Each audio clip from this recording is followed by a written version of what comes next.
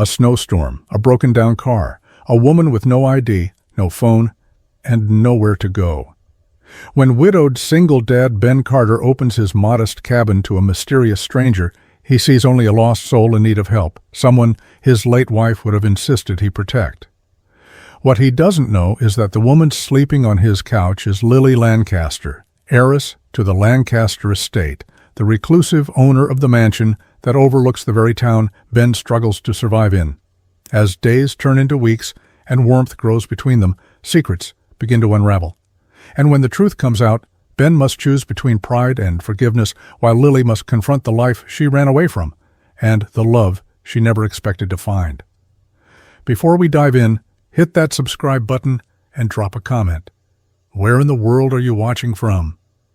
The wind howled like a wounded animal, clawing at the windshield of Ben Carter's rusted pickup as it crawled along the icy back road. Snow flurries whipped through the fading light, blurring the lines between road and ditch until everything looked like a snow globe shaken too hard. The old heater groaned, doing its best to fight off the creeping cold that seeped through every crack in the cab. Ben gripped the wheel tighter, knuckles white, jaw clenched. He should have left earlier, he knew that. But the truck wouldn't start again this morning, not until he'd coaxed it back to life with jumper cables and a silent prayer. And now he was late. Hope had been waiting at the elementary school for 30 minutes already, maybe more. Guilt gnawed at him as he pressed the gas a little harder, tires slipping slightly on the sheen of ice. The gaslight blinked back at him, angry, insistent. "Not now," he muttered, more to himself than to the truck. "Come on, just a few more miles." He was running on fumes again. Outside the snow thickened, turning from flurries into sheets. Visibility dropped with every breath. A pair of headlights blinked past in the opposite lane, gone in a flash. No one else was dumb enough to be on the road right now. No one but a desperate dad in a failing truck, trying to make sure his daughter wasn't the last kid left standing alone in the snow. The radio crackled, then died altogether, static. Perfect. Ben wiped the fog from the inside of the windshield with his sleeve and squinted ahead. The school was still another 10 minutes out, maybe more at this speed. His phone buzzed on the passenger seat. He snatched it up with one hand. Hope. 3 missed calls. His chest tightened. The cold wasn't just in the air anymore. It was inside him, in his gut, in his heart, in the panic that slowly spread under his ribs like frostbite. "I'm coming, sweetheart," he whispered, though she couldn't hear him. He just hoped he got us out of there before the storm got worse, before the tank hit empty, before he failed her again. The headlights cut through the white haze just enough for Ben to make out the shape. Twisted metal crumpled against the trees about 30 feet off the road. A car. Silver, maybe. Hard to tell under all the snow. The hood was popped, steam hissing up in the freezing air like an angry ghost. He slowed instinctively, tires crunching on packed snow, the truck fishtailing slightly before he eased it back under control. For a second, he thought maybe the car was abandoned, but then movement. Someone, no, a woman, stumbled out from the trees. She clutched her coat tight, arms crossed over her chest as she staggered toward the road, shoes sinking into the snow with every step. She looked disoriented, like she'd been walking in circles or running from something. Her hair, dark and windswept, was half frozen against her cheeks, and her legs shook with every step like she was running on instinct alone. Ben's gut clenched. He threw the truck into park, yanked the door open, and jumped down into the snow. "Hey, hey, are you okay?" he called out, voice sharp over the wind. The woman blinked through the storm, eyes wide and unfocused. She didn't answer, just kept moving, like she hadn't registered the voice at all. Ben ran toward her, boots crunching, one hand outstretched. She was pale, too pale, and her lips were the wrong kind of blue. "You're freezing," he said, catching her by the shoulders just as she stumbled forward again. "You hurt? Were you in the car?" She nodded faintly, but her knees buckled. Ben caught her before she could hit the snow. "All right," Okay, let's get you out of this cold. He hoisted her carefully, guiding her back toward the truck. She didn't fight him. That scared him more than if she had. By the time he got her into the passenger seat and cranked the heat, her eyes had fluttered halfway shut. No ID, no phone, he muttered, scanning the seat for anything that might help. The only thing in her coat pocket was a crumpled gum wrapper and a hotel key card. No name, no wallet. He glanced at her again. "Who the hell are you?" he whispered. But the only answer was her shallow breath against the cold glass. The cabin creaked with the weight of the storm outside. Wind slammed against the windows in bursts, rattling the glass like a warning. Inside, the heat from the fireplace fought back the cold, casting flickering shadows over the worn couch where the woman lay, swaddled in one of Ben's old blankets. Her clothes were still damp, her skin pale as the snow she'd stumbled out of. Hope sat cross-legged on the floor, clutching a mug of hot cocoa, her eyes wide as she stole glances at the stranger. Ben crouched beside the couch, a steaming mug in his hands, not offering it yet, just waiting. The woman stirred, blinking against the light. Her lips parted, dry and cracked, her voice barely a whisper. "Water?" Ben moved fast, grabbing the glass from the table and holding it steady while she sipped. Her hands trembled. "What's your name?" he asked gently, keeping his voice low, careful. "Do you remember anything?" She blinked slowly, eyes moving around the room like she was still trying to place where she was, or who she was. I think it's Lily." "Okay," Ben nodded. "Lily. That's something. Can you tell me what happened? Your car, it was off the road. You were alone." Her brow furrowed. I don't know. I don't remember driving. I remember cold, the trees, and before that, nothing." She looked down at her hands, like maybe they could remind her of something, but her expression only tightened with confusion. "No phone on you, no ID, no purse, just a hotel keycard in your coat." Ben watched her carefully. "Does that ring any bells?" She shook her head, slowly, panic creeping into her voice. "I don't know. I don't know why I was out there. I don't know how I got here." Hope leaned closer, her voice barely above a whisper. "Is she sick, Daddy?" Ben glanced at his daughter, then back at Lily. "I think maybe she's just been through something real rough." He stood, heart heavy. He'd seen this kind of thing before. Trauma didn't always bleed where you could see it. She wasn't lying. He could see it in her eyes. Whatever she'd lost, it wasn't just memory. It was something deeper. And whatever it was still chasing her. Ben wasn't used to bringing strangers home, not since Megan passed. The cabin had become sacred ground, just him and Hope.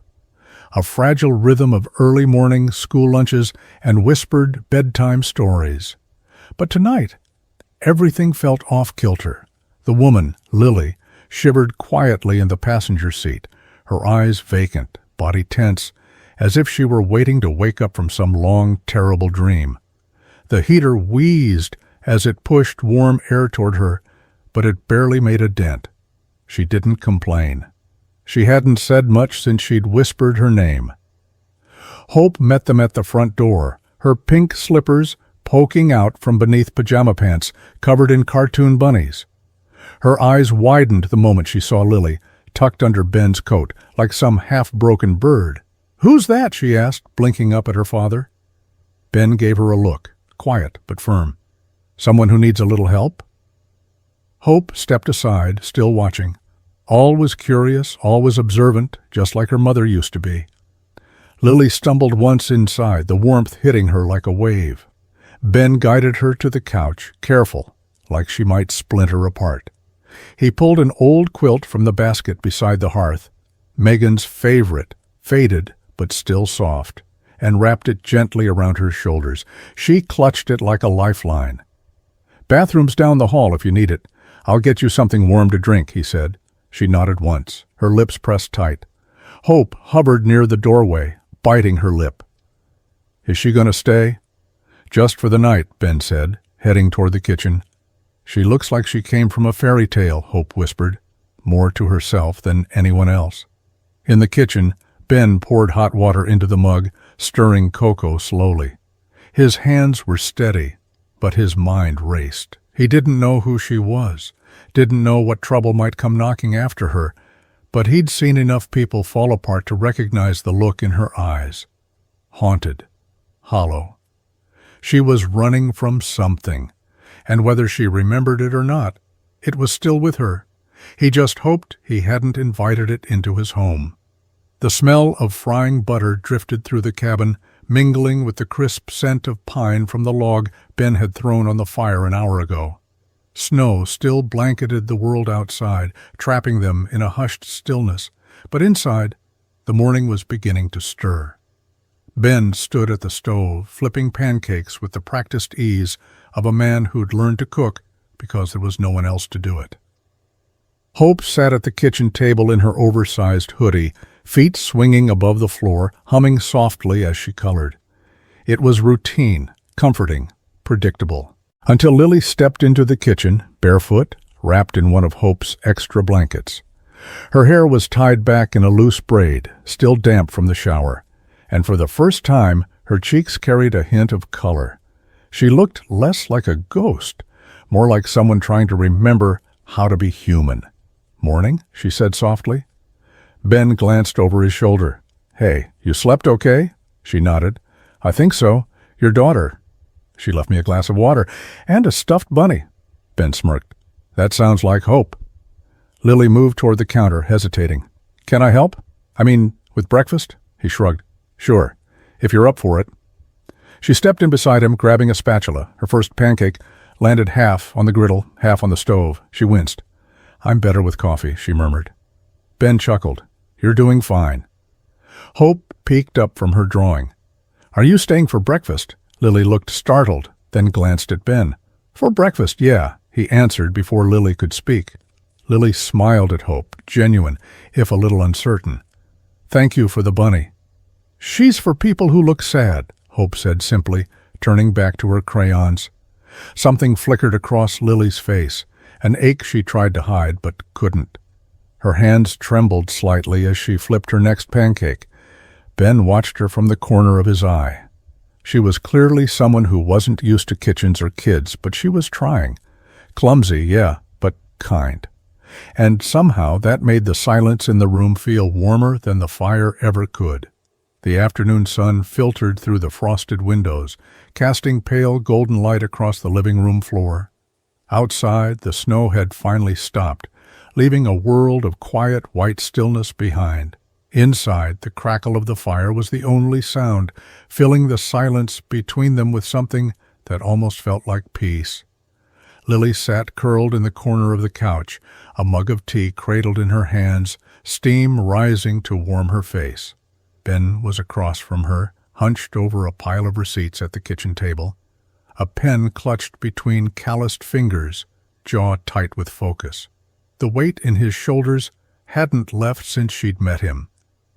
If anything, it seemed heavier now that the immediate crisis, her frozen limbs, the storm, had passed. Hope was in the other room, singing to her stuffed animals like it was the most natural thing in the world. Lily cleared her throat softly. "You're really good with her." Ben looked up, surprised, as if he'd forgotten she was still there. He offered a tired smile. "Hope? Yeah. She's the only thing I'm actually proud of. She's sweet, strong, too. She had to be." He leaned back in the chair, eyes distant now. Her mom, Megan, passed 3 years ago, hit and run. One minute she was driving home from the grocery store, the next... He didn't finish the sentence. He didn't have to. Lily's hands tightened around her mug. "I'm so sorry." Ben nodded once, swallowing the emotion like it was something he'd gotten used to choking down. After that, it was just me and Hope. This cabin was Megan's grandparents'. Been in the family since before the war. Not much, but it's home. She looked around, the patched floorboards, the mismatched furniture, the framed photo of a young couple on the mantel, smiling like the world had never hurt them. "And the garage," she asked softly. "Fixes cars during the day, fixes this place at night, keeps us afloat." Barely. Lily didn't know what to say. The warmth in the cabin had a cost, sacrifice written into every beam and floorboard. "You do all this alone?" Ben looked at her, something tired and real in his eyes. There wasn't a choice. And somehow that simple answer told her everything. Lily sat by the window as the early evening crept in, the sky outside fading from silver to slate. The storm had passed, but the cold had settled in, thick and stubborn, seeping through the cracks in the cabin's walls. She pulled the blanket tighter around her shoulders, trying to ignore the rattling of the old heater in the corner as it groaned under the weight of another long winter night. Ben was outside, shoveling the walkway again. He moved with the kind of tired precision that came from doing something not because you wanted to, but because you had to. Every motion calculated, controlled, necessary. She watched him from behind the glass. His coat was worn, sleeves frayed at the cuffs, one elbow patched with a square of mismatched denim. His gloves didn't match either. One had a tear in the palm. Still, he worked like none of that mattered. Inside, the warmth flickered uncertainly. She had seen it earlier that morning, how he banged the side of the heater with the heel of his hand to get it running. She'd noticed the duct-taped window pane near the back door, the way the faucet in the kitchen let out a tired squeal before sputtering water. Little things. Things you didn't usually notice in places like this, because usually places like this didn't touch her life at all. Lily stood and walked toward the fireplace, kneeling to place another log on the embers. The crackle grew louder, brighter. She stared into it like it might offer answers, but it didn't. Just warmth. Temporary and fleeting. She didn't belong here. That thought hit her like a punch to the ribs, not because the place was lacking, but because it was real. And that scared her. She wasn't used to chipped mugs or kids who offered their stuffed animals as peace offerings. She wasn't used to men like Ben, who didn't flinch at hard work or hesitate to give warmth to a stranger with no past. And the worst part, the part that left her throat tight, was that some part of her wanted to belong here. But she couldn't, not really. Because if he knew who she was, what she'd left behind, none of this would be happening, and it would all be gone. The bell over the diner door jingled as Ben stepped inside, shaking off the cold. The warmth of the place hit him instantly. Coffee, fried bacon, and too many eyes watching him at once. He gave a nod to the waitress behind the counter, tried to ignore the way conversation softened when he walked past. It wasn't paranoia. He'd lived in this town long enough to know what silence meant, especially when it followed you. He slid into a booth near the back, unzipped his coat halfway, and reached for the coffee pot on the table. Donna, the owner, usually came right over with a smile and a refill, but this morning she lingered at the counter, whispering to Marla from the library. Their eyes flicked toward him, then back again fast, like they didn't want to get caught. Ben sighed and stared out the window. Snow still blanketed the sidewalks, turning the town into a postcard version of itself. Peaceful, if you didn't know what hid behind small-town pleasantries. "Morning," came a familiar voice. He turned to see Tom Jacobs sliding into the booth across from him without asking. Former classmate, former football star, current part-time mechanic, and full-time gossip. "You hear the news?" Tom asked, his grin just wide enough to be irritating. Ben didn't look up. "What news?" "Word is you've got company out at the cabin, stranger woman. Some folks saw you picking up supplies at Wilkins' store. 2 toothbrushes, fancy shampoo." Tom leaned in, dropping his voice. "Kinda odd for a guy who usually buys off-brand everything." Ben's jaw tightened. "She got a name?" Tom pressed. "Does it matter?" Tom chuckled. But there was something mean behind it. "Just saying, Ben, you know how people get. New face in town, especially staying with someone like you. Folks start wondering. You don't want hope mixed up in something strange." Ben stood, grabbing his coat. "Thanks for the concern." "Hey," Tom said, holding up his hands, "just looking out." Ben didn't answer. He pushed out of the booth and left cash on the table. As he stepped back into the cold, he felt the weight of it settle on his shoulders. They were already talking. And once this town started talking, it didn't stop. The dream came in fragments like broken glass catching light, distorted, sharp, and impossible to hold on to. Lily ran down a long corridor, walls gleaming white and cold. Her bare feet slapped against marble. Her breath echoed, shallow and panicked. Voices followed her, rising behind closed doors, urgent and angry. "Lily, get back here! You don't get to disappear!" She turned corner after corner, the hallway never ending.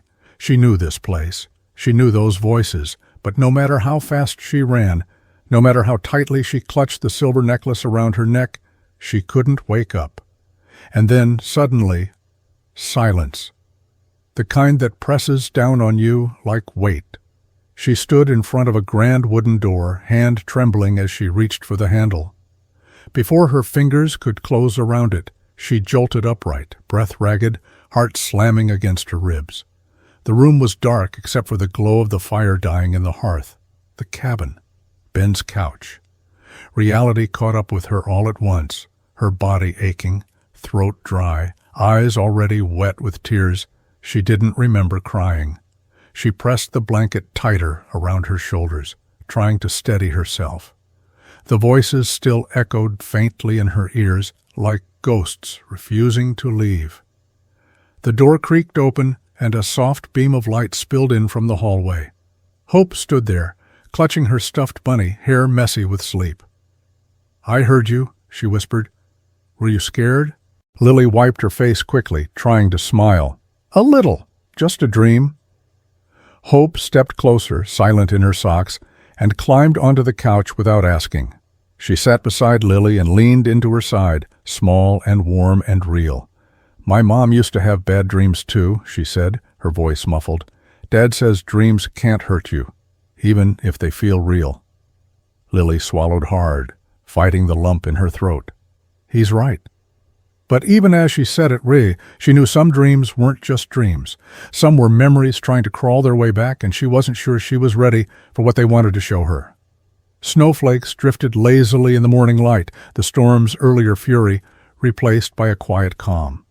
The air was bitterly cold, but the kind that felt almost clean as it filled your lungs.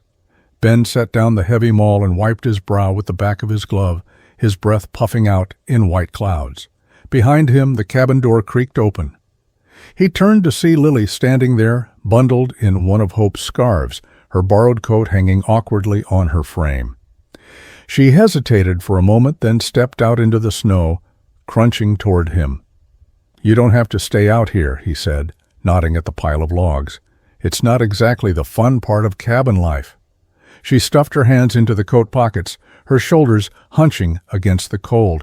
"I can't just sit inside all day. I need to, I don't know, do something. Help!" He raised an eyebrow. "You ever split wood before?" She shook her head. "No, but you can show me." He considered her for a long moment, then handed her the maul. "All right, just watch your feet." It was obvious from the start she'd never held anything heavier than a purse. She gripped the maul awkwardly, her gloves too thin for the task, her arms trembling as she lifted it over her shoulder. Ben tried not to laugh. "It's not a sword," he said. "Relax your grip. Let the weight do the work." She gritted her teeth, adjusted her stance, and swung again. The maul connected with the log at an odd angle, sending a chunk of wood skidding across the snow. She let out a surprised yelp and stumbled back, but when she looked up, she was smiling. "I almost got it." "Almost," Ben said, his voice carrying the faintest hint of a chuckle. "Try again." This time she planted her feet more firmly, raising the maul high and bringing it down with a controlled thud. The log split cleanly, halves falling neatly to the ground. She stared at the result, blinking in surprise, before laughing, a light, unguarded laugh that caught Ben off guard. It was the first time he'd seen her smile without hesitation, without that weight hanging over her. "That felt amazing," she said, brushing a stray strand of hair from her face. Ben smiled despite himself. "Now you're getting it." She swung again and again, her form still clumsy but improving with each strike. The air filled with the rhythmic sound of splitting wood, and for a moment the tension that had followed her like a shadow seemed to lift. The snow continued to fall softly around them, the cabin behind them steady and warm. For the first time, It felt less like an escape and more like something real. The sky above was a pale, frozen blue as Ben guided his truck along the winding road toward town. Hope sat in the passenger seat, bundled in her pink jacket and staring out the window with wide-eyed curiosity. Snow lined the shoulders of the road like walls, and the sunlight glinted off it so brightly it hurt to look at. As they rounded a bend, Hope pressed her face closer to the glass. "Daddy," she said, pointing a gloved hand, "look at that." Ben followed her gaze. Through the bare winter trees, a massive stone mansion loomed on a hill overlooking the town. Its gabled roof jutted against the horizon like jagged teeth, and its frost-covered windows reflected the light in a way that made it seem alive, watching. No matter how many times Ben drove this route, the sight always made him uneasy. "That's the Lancaster estate," he said after a moment. "It's been up there since before I was born." Hope's nose wrinkled. "It's creepy." "Maybe a little," he admitted. The place had always felt out of place here, as if someone had plucked it from another world and dropped it into the woods. It didn't belong, just like whoever lived there didn't seem to belong. "Miss Penny says that's where the rich lady lives," Hope said, matter-of-factly. Ben's hands tightened on the wheel. People say a lot of things. Hope frowned, studying the mansion as the truck passed. "Do you think she's nice?" Ben hesitated. He didn't know much about the owner, just the whispers that circulated through town like smoke. Reclusive, strange. He'd heard stories about old money and new scandals, about a woman who rarely showed her face but somehow knew everyone's business. None of it ever sat right with him. "Don't worry about her, Hope," he said finally. "She's got her own life up there. We've got ours down here." As the mansion disappeared behind another curve in the road, Ben's chest felt heavier than it should. There was something about that place, something that always made him wonder what it must be like to live on that hill, looking down on everyone else. And for a reason he couldn't quite place, the thought left him colder than the wind slicing through the truck's broken heater. Lily clutched the basket close to her side as she wandered the grocery aisles, scanning the shelves with a distracted gaze. The store was quiet, aside from the occasional scrape of a cartwheel and the faint hum of the overhead lights. She'd offered to pick up a few things on her own this time, insisting to Ben that she could manage it. It was a small errand, a simple gesture, but the act of moving through the aisles alone made her shoulders tighten with a tension she couldn't quite shake. At the checkout counter, the clerk glanced up and did a double take. He was young, maybe early 20s, with a shock of dark hair and a sharp, curious stare. His hand stilled on the conveyor belt, leaving the loaf of bread half scanned. Lily shifted uncomfortably, her grip tightening on the basket. "Is there something wrong?" "No," the clerk said quickly, but his gaze didn't waver. "It's just, you look really familiar." She forced a smile, her heart thudding in her chest. "I don't think we've met." The clerk tilted his head, studying her face more closely. "It's not that. I'm sure I've seen you before, like in a magazine or something." Her stomach twisted. "I think you've got the wrong person." He hesitated, then shook his head as if trying to piece it together. "No, I'm sure of it. A couple months ago, I saw this article. Some big society thing. You look just like her." "I'm not from around here," she said, her voice a little too sharp, a little too quick. "Just passing through." The clerk nodded slowly, but his eyes still lingered. "Sorry, didn't mean to bother you. It's just weird, you know? You really look like her." She tried to smile again, but it felt more like a grimace. "I'm not her." The clerk finally turned back to scanning the bread, muttering something under his breath. Lily focused on the counter, on her hands, on the faint tremor in her fingers as she paid. By the time she pushed out into the cold, the small plastic bag of groceries swinging in her hand, the anxiety had crept up her throat and settled in her chest. The words echoed in her mind. "You look just like her." No, she wasn't her. Not anymore. The phone rang, its shrill tone cutting through the quiet of the cabin. Ben paused with his hand on the coffee mug, his stomach tightening. He knew that number. It had been showing up on the caller ID more and more lately, but this time it felt heavier, like the ring carried the weight of all the calls he hadn't answered before. With a sigh, he set the mug down and picked up the phone. "Yeah?" "Mr. Carter, this is Mr. Duncan from First National. I'm calling regarding your past due mortgage payments." Ben leaned against the counter, his free hand running through his hair. He could feel the heat rising in his chest. I know I'm behind." "You're 3 months behind, sir," the man continued, his voice flat and matter-of-fact. "I understand times are tough, but we need to establish a payment plan before this escalates further." Ben's fingers curled into a fist at his side. "I'm working on it. I just need a little more time." "I'm sorry, Mr. Carter, but we've already extended your deadline twice. If you can't make a payment by next week, we'll have no choice but to—" "I said I'm working on it." Ben's voice cracked, harsher than he intended. There was a brief silence on the line, and he squeezed his eyes shut, trying to steady his breathing.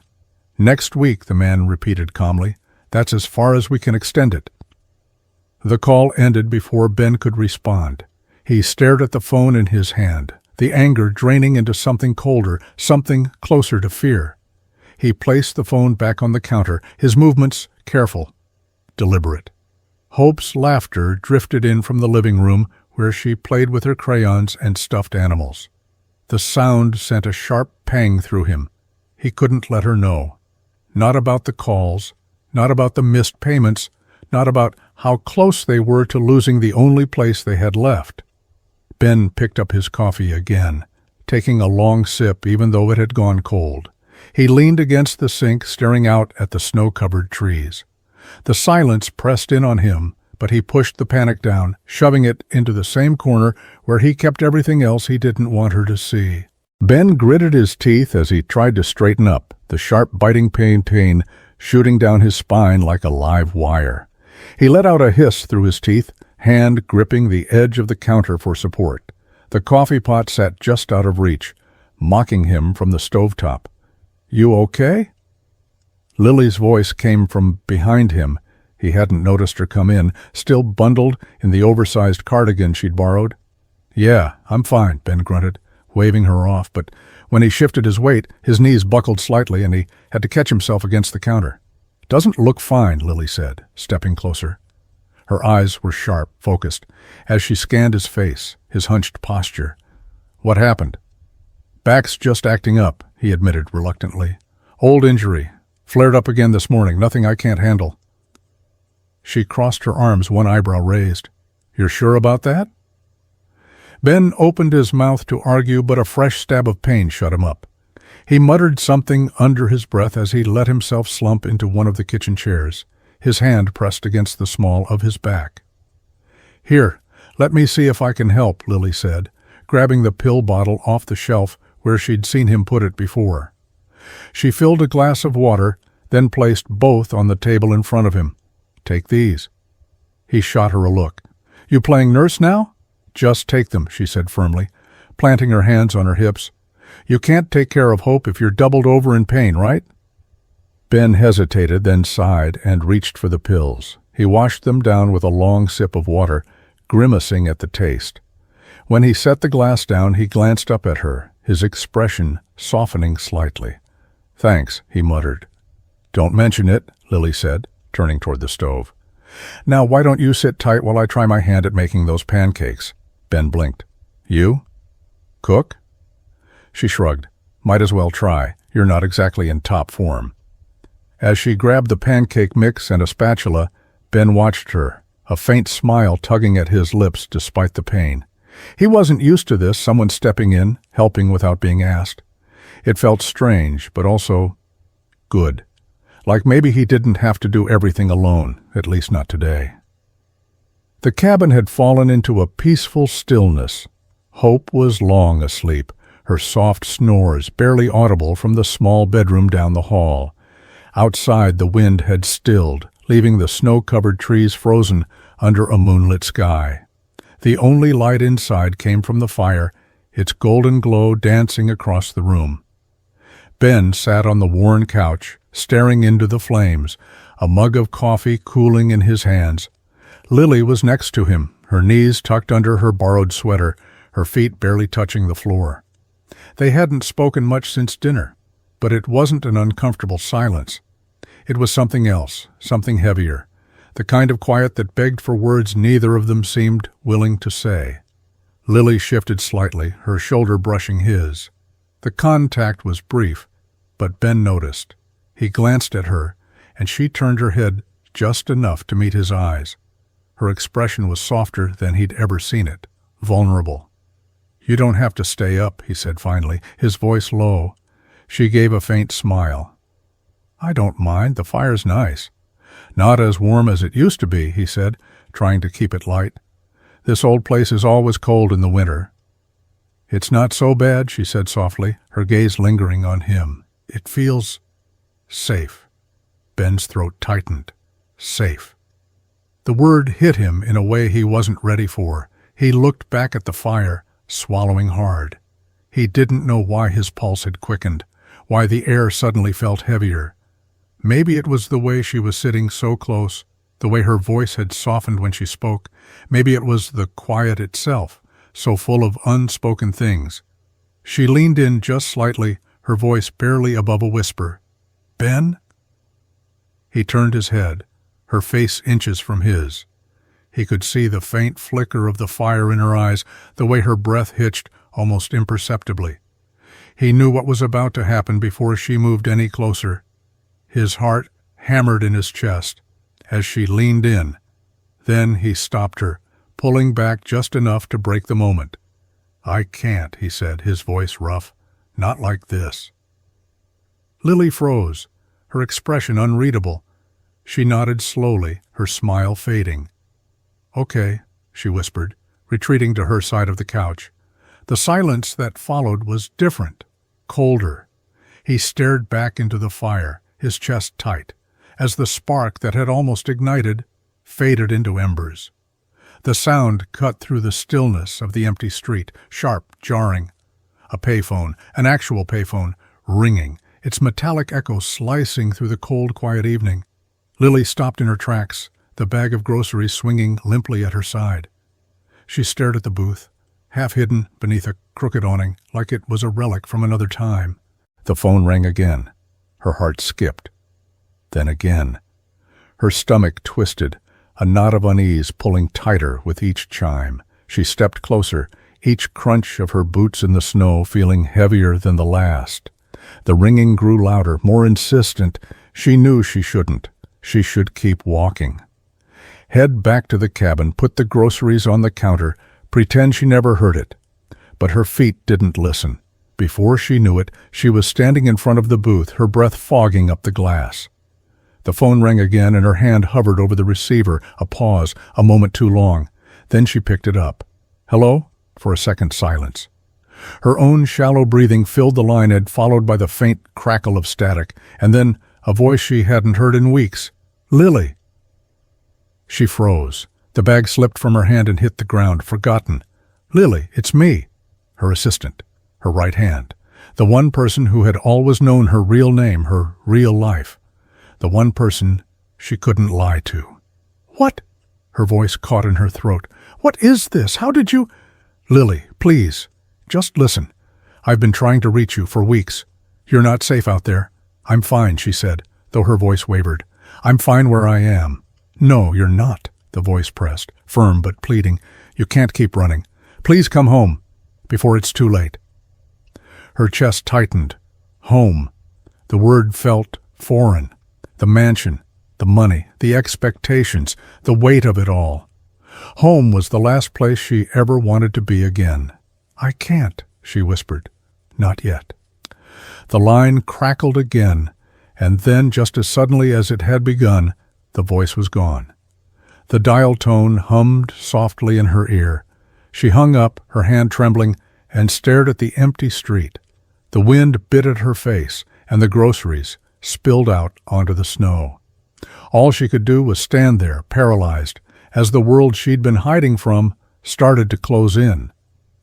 The phone call wasn't meant for him. Ben wasn't even trying to listen. He'd only come into the kitchen to grab the hammer he'd left on the counter, one of the many tools that never seemed to make it back to the garage where it belonged. But the tone of her voice stopped him in his tracks. Lily had her back to him, leaning over the phone on the wall like it was the only thing holding her up. She spoke in quick, hushed sentences. Her voice, usually soft and careful, was now edged with something sharper. Fear? Urgency? He couldn't tell. Ben paused by the doorway, the hammer still in his hand. He told himself he wasn't eavesdropping. It was his house, after all. But when she said, "I told you I can't come back yet. You don't understand what's at stake," something cold settled in his chest. Come back? To where? I just need more time. If anyone finds out where I am— She cut herself off and her voice dropped lower. No, I told you, it's not safe yet. Ben gripped the hammer tighter, a dozen questions colliding in his mind.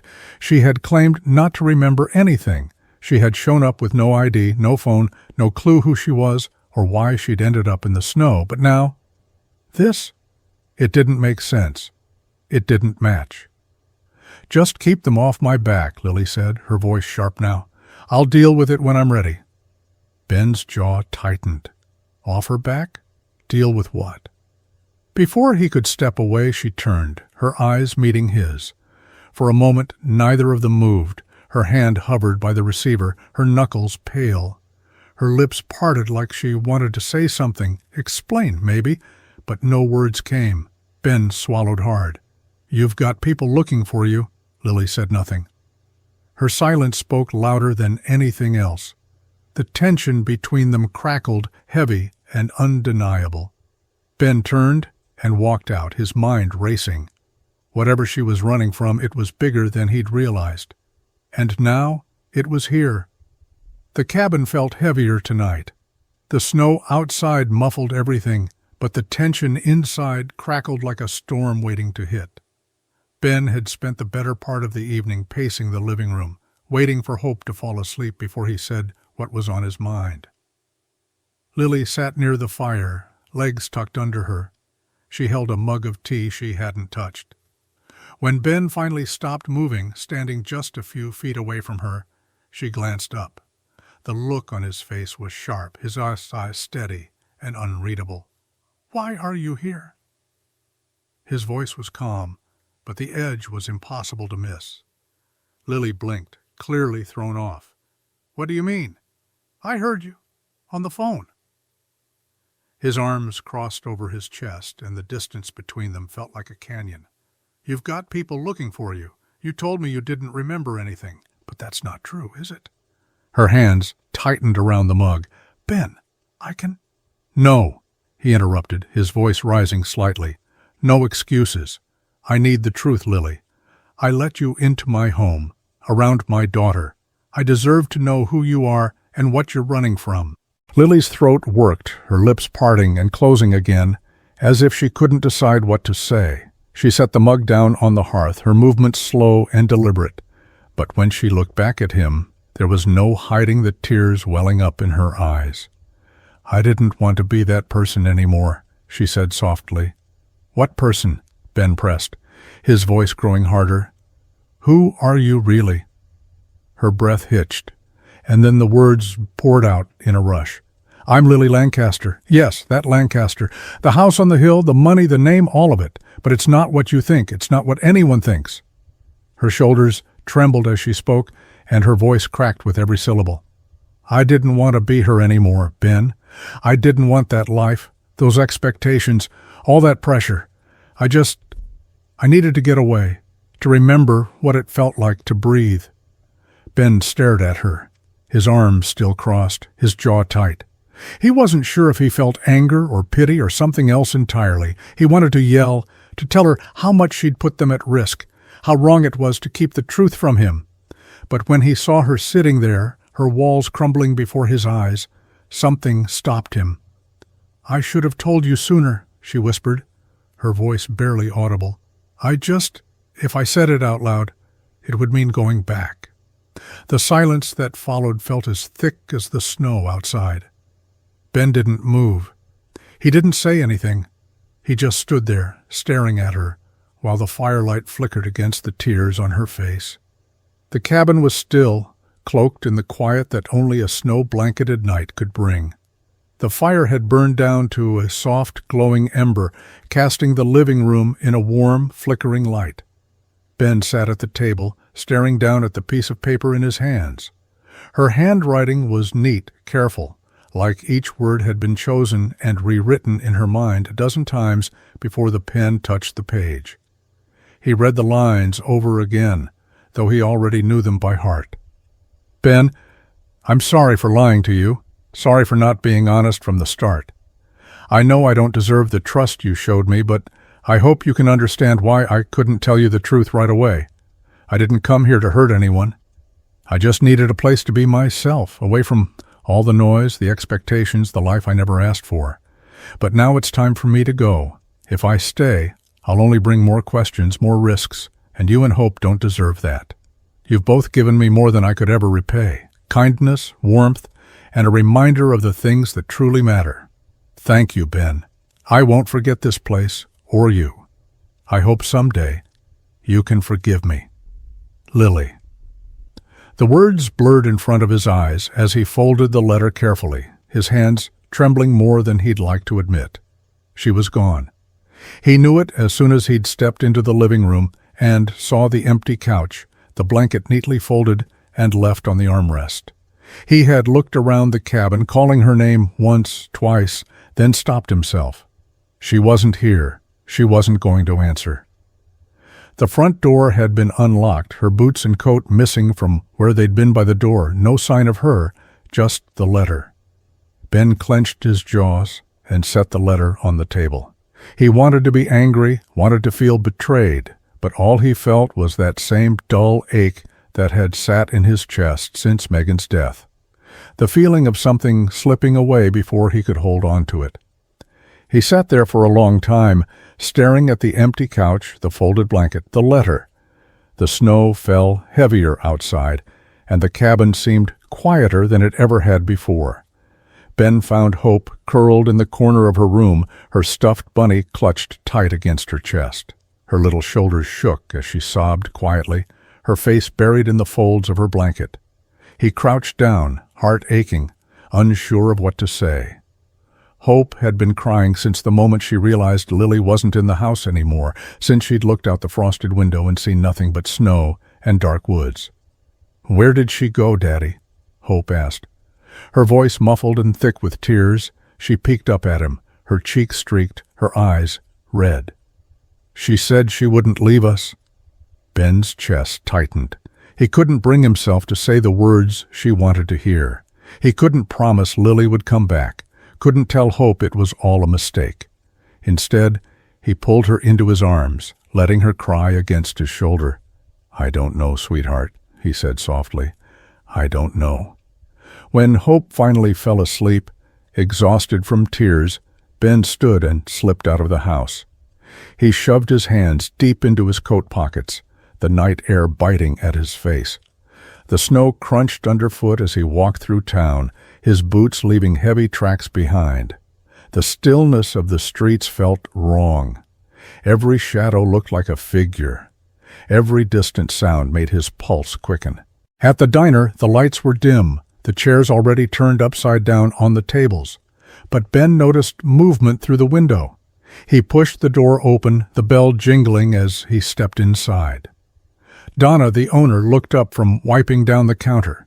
She froze, her eyes flicking over him. He didn't have to ask. He saw it in her face.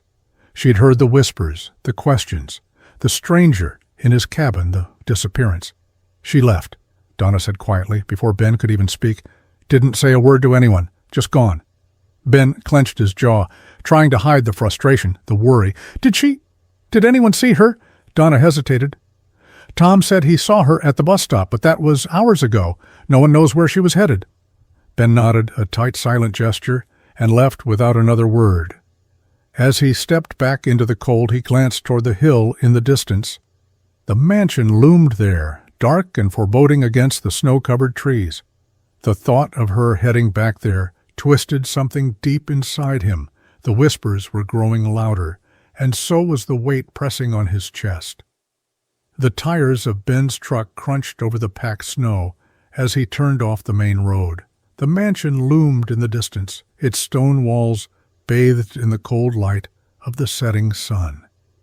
Even from here, the place felt imposing, an enormous shadow stretching over the frozen landscape. Ben's knuckles tightened on the wheel. His breath fogged the windshield as the truck climbed the hill, the mansion growing larger with every passing second. He hadn't been sure she'd come here, but deep down it made sense. If Lily wasn't at the cabin, if she'd left without a word, there was only one place she could have gone. When he reached the long driveway, he slowed to a crawl. The iron gates stood open, their intricate latticework outlined by a dusting of snow. His stomach knotted as he rolled through. No guards, no one to stop him. Just the quiet hum of engines idling somewhere near the grand entrance. He brought the truck to a halt and climbed out, the cold air biting at his face. His boots sank into the snow as he stepped forward, each movement slow and deliberate. The sound of voices carried on the wind, low, murmured, clipped. A limousine sat just beyond the gates, its sleek black surface gleaming in the weak light. The driver stood by the rear door, his face unreadable, his stance formal. Then the door opened. Lily emerged. She wore a dark, fitted coat, her hair swept back neatly, her posture straighter than Ben had ever seen it.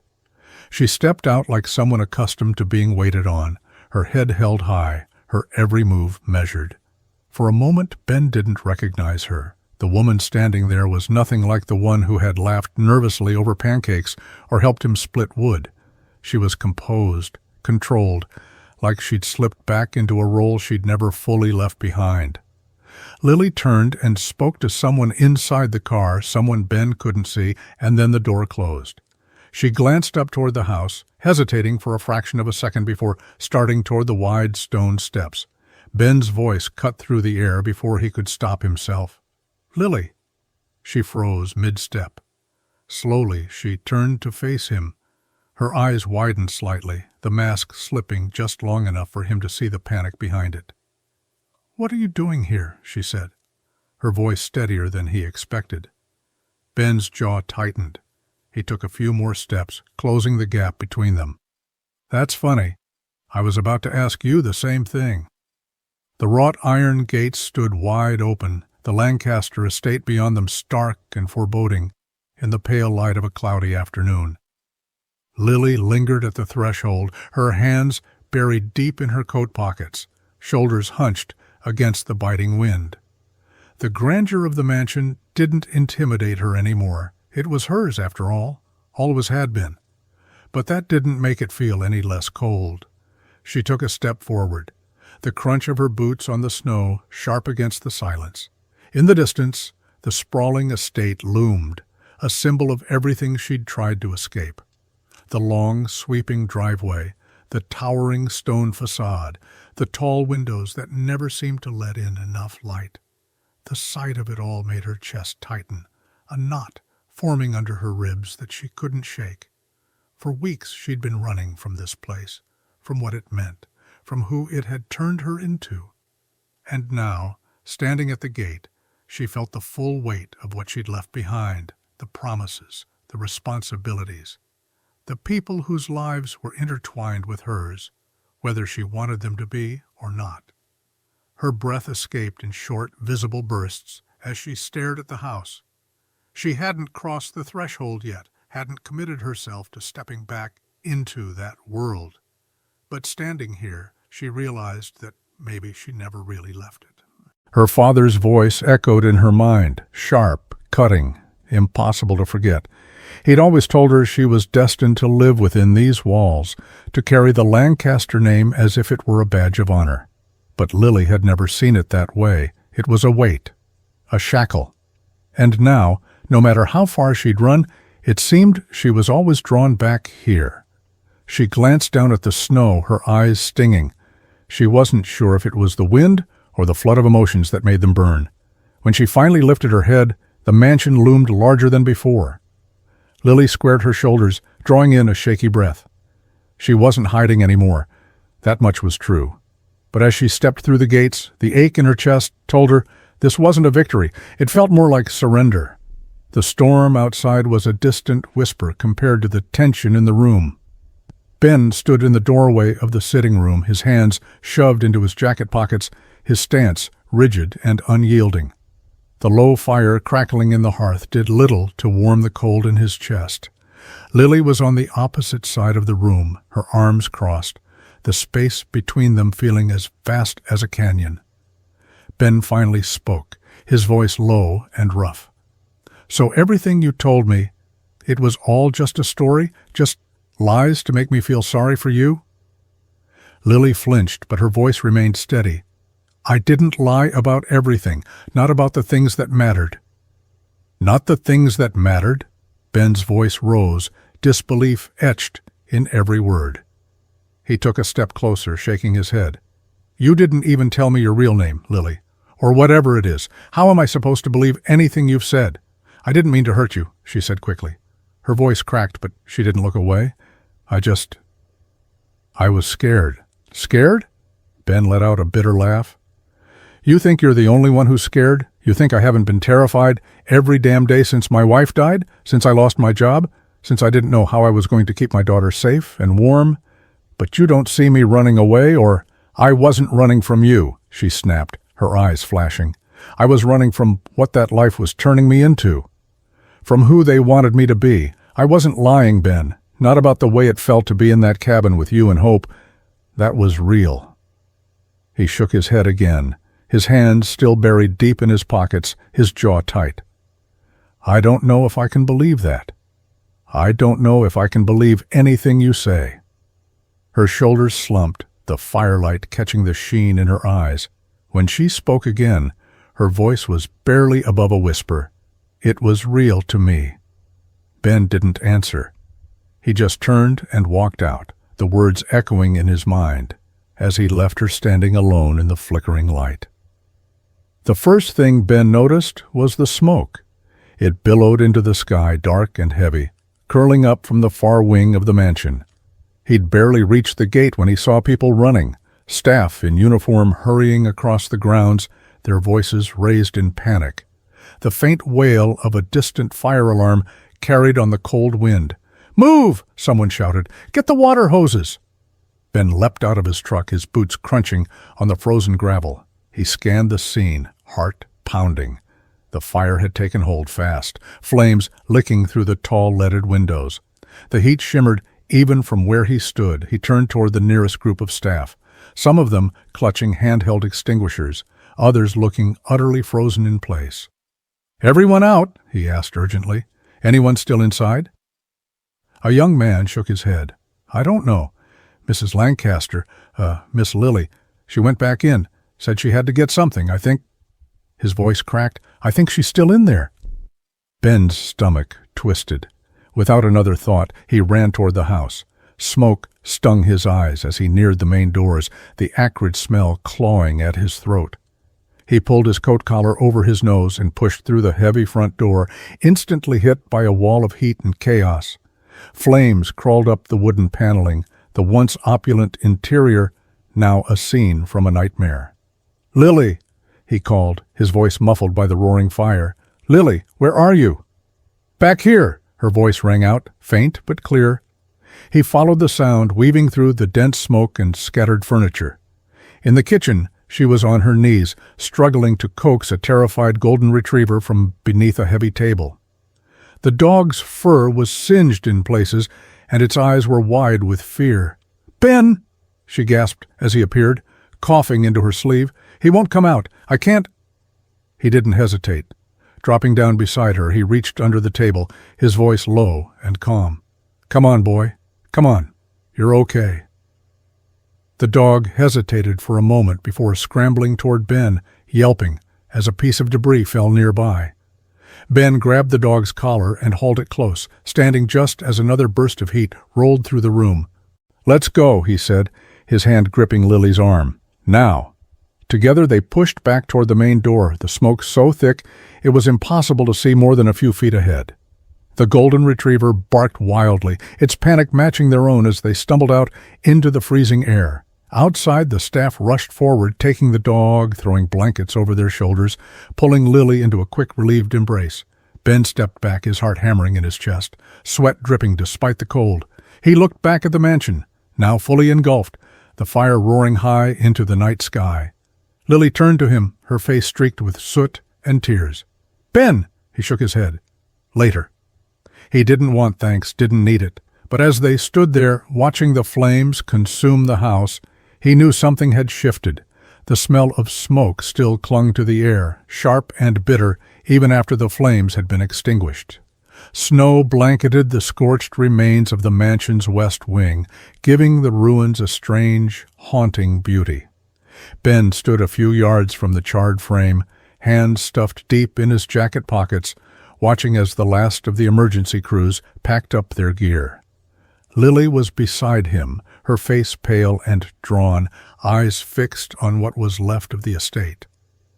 The golden retriever sat at her feet, its head resting on her knee. She absently ran her fingers through its fur, but her expression didn't change. "It's gone," she said quietly. Ben shifted his weight. "Not all of it. You've still got—" He gestured vaguely toward the rest of the house, the parts that hadn't been consumed. But even as he said it, he knew the words felt empty, hollow. She shook her head. "No, Ben. It's all gone. This place, it hasn't felt like mine in a long time." He looked at her, surprised. "You grew up here, didn't you? It's your family's house." "It's not a home," she said. Her voice was steady, but there was a rawness to it that cut through the cold. "Not anymore. Maybe it never was.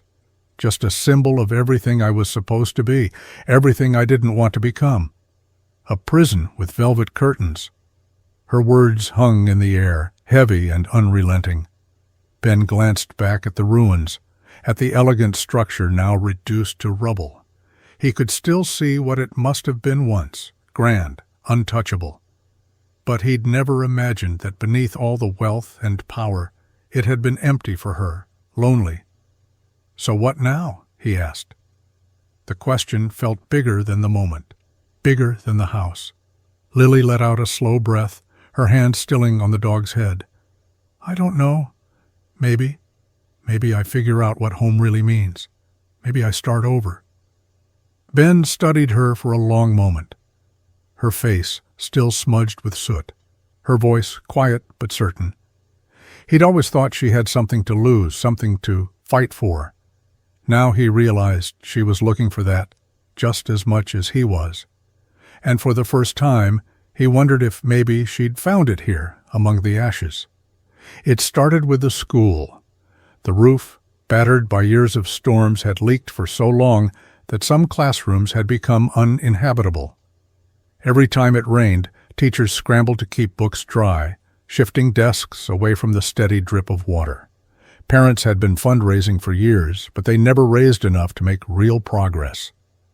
Then, one morning, almost without warning, construction crews showed up. "Who hired them?" the principal had asked, bewildered, as trucks rolled in and workers started hauling materials to the schoolyard. No one knew at first, but by the end of the day, word had spread. It was Lily. Next came the diner. It had been the social hub of the town for decades, a place where locals gathered for coffee, gossip, and familiar faces.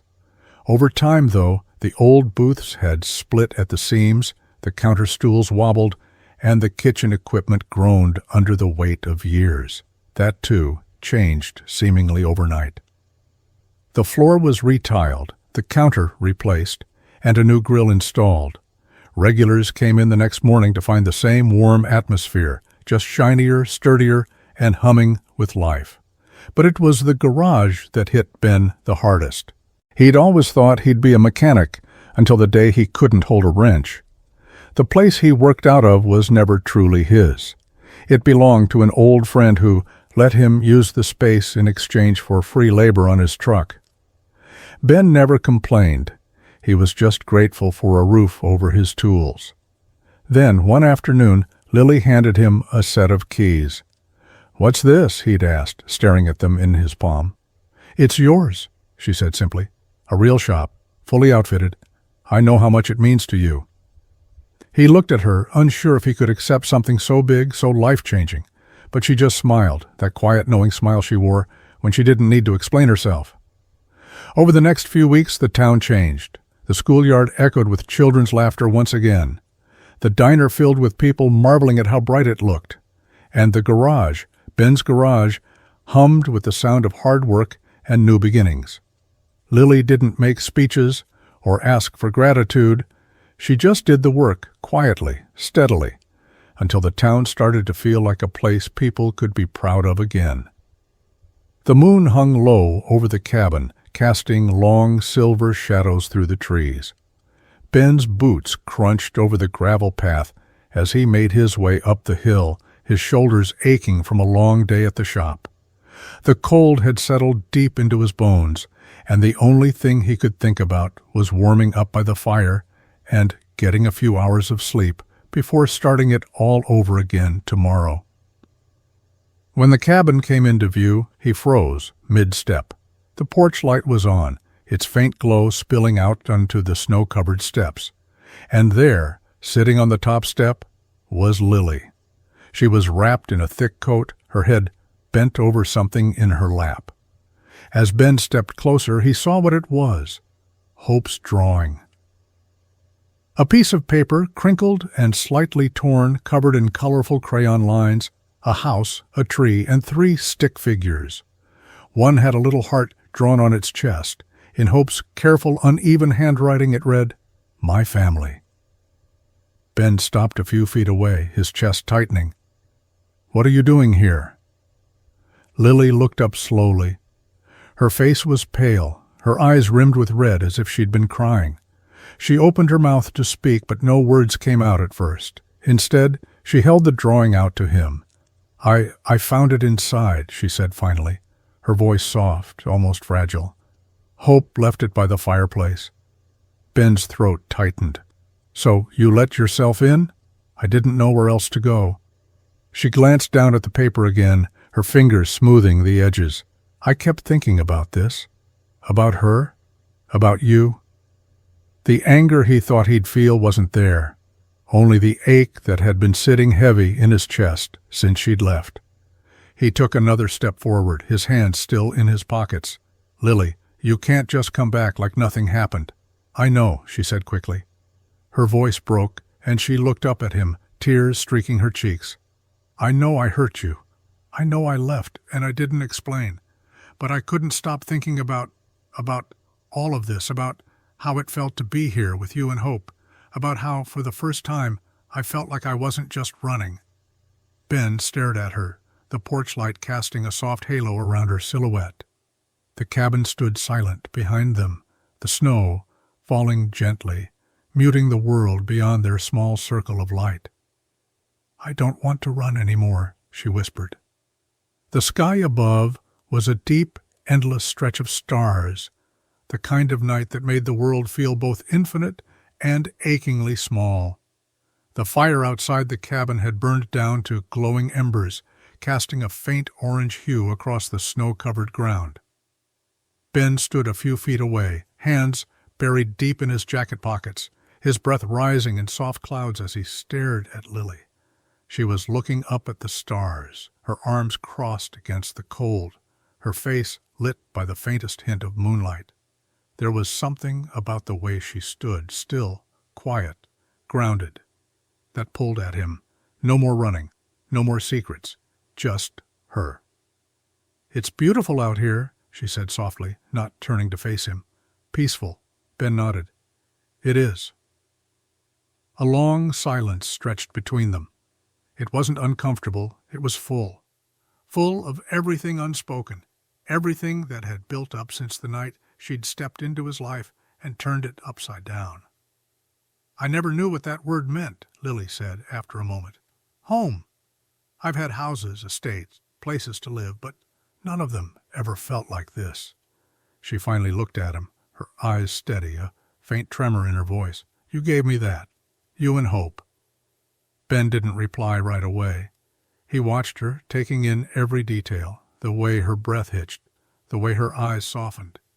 He felt the weight of all they'd been through, the loss, the fear, the anger, and beneath it all, the undeniable truth that she had come back, not because she was supposed to, not because she needed to, but because she wanted to.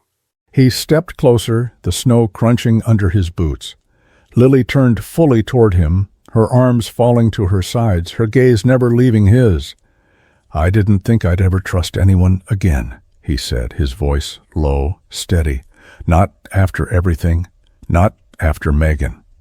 Lily swallowed hard, her eyes glistening. "I'm not asking for anything, Ben. I'm here, if you'll have me." Something shifted inside him, something he hadn't felt in years. Without thinking, he reached out, brushing a strand of hair from her face. Her eyes widened just slightly, her breath catching, as he leaned in. And then, under the endless stretch of stars, he kissed her. Not because of who she was or what she'd been running from, but because of where she was now, because she stayed. When he pulled back, she smiled, a soft, real smile, a smile that said, "I'm home."